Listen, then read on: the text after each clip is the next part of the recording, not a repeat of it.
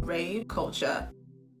We're talking about now in 2018, correctly? Yeah. We're in 2018. And then you told me that after that, it's when you sign with the management, that you end up signing with someone that's going to help in your career. How do you get there?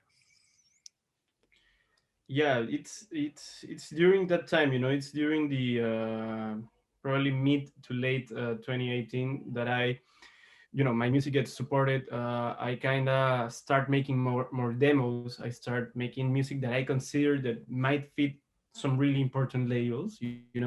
But I probably have the same problem, but by that time that many producers have, many up and coming producers at least, that is, you have the nice beats, you have the nice demos, but probably the labels are not hearing it. And there's a ton of reasons why that we know that's might be the cost. The Yeah, cost. exactly. Yeah, I mean, exactly. It's like, I mean, probably, producers send in one demo to 1,000 labels, and labels want that exclusive juice to release, or Yeah, like, and not only that, at least in my case, it's not that, because I'm aware of that. Probably the reason is I'm sending a demo to a label that receives 1,000 demos, and mhm. the chances of them hearing me, this name that they don't know, are way less than an already established act. And that's not the case of every label. It's a lot of situations, but it happens, and I'm okay with that. It's at the end of the day, it's people listening to people. It's people handling people. So we're not computers. We cannot listen to everything, and we cannot feedback everything. That's absolutely natural.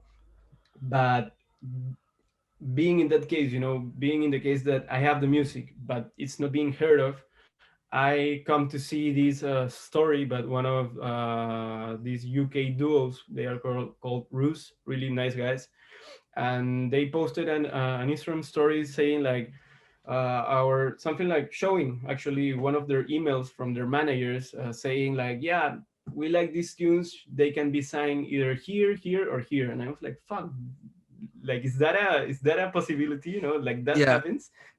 So I replied to them and I said like basically what's this, I'm new to this, I have no clue of what are you doing, who are you working with, or something like that. So they tell me, well, we're managed by Toolroom. At that moment, at least they were. So they are basically label shopping for us. They listen to our tunes and they decide which labels they might probably release it.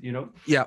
And I was, and they told me we're now with Toolroom, but we used to work with this guy, which is Daniel from East Harbor Management, another guy from the UK, and they sent me his contact. I basically pitched for him. I sent him an email saying who I was and what was I doing, what I wanted to do, and that's where it all started. I'm still working with him, with this crazy UK guy, and yeah, that's basically where the relationship kicked off. All right, and I think that's something that everybody who's listening here, whether you're electronic music producer, or you're doing whatever, like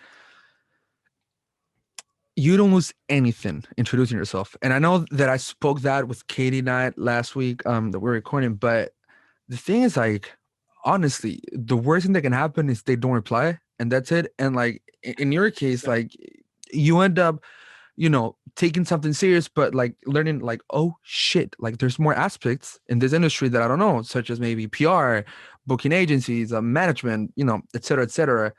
And from that moment onwards, it's that we could say that your releases turn up a lot.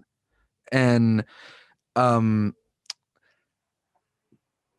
now the last one that it's Sigue, correctly? That's the last one that was on Toolroom.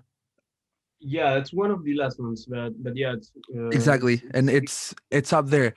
But what I'm curious about is get into Toolroom, get into Deep Perfect as well, which we will talk about in a bit, about Morena being fucking number 2 on the Beatport charts. Um, what was the change working before on your own, apart from getting your music to labels? But yeah. like, what was the biggest change in there? Yeah, probably the biggest change was to actually have solid feedback from someone that already knows what labels are looking for. And by this, I don't mean that he flipped my sound and he arranged my projects and he changed my style, you know, nothing like it. It's just like a first-hand feedback from someone that knows what's that 5 extra % that you can add to your tunes to make it more appealable for labels, you know. So yeah, I started working with Dan, and we got to Rouge, we got to by Hector Couto, we got to Formatic by Format B, we got to Superfed by Nan Solo, and then the wheel kept moving, you know. So we started reaching higher and higher labels. Rave culture.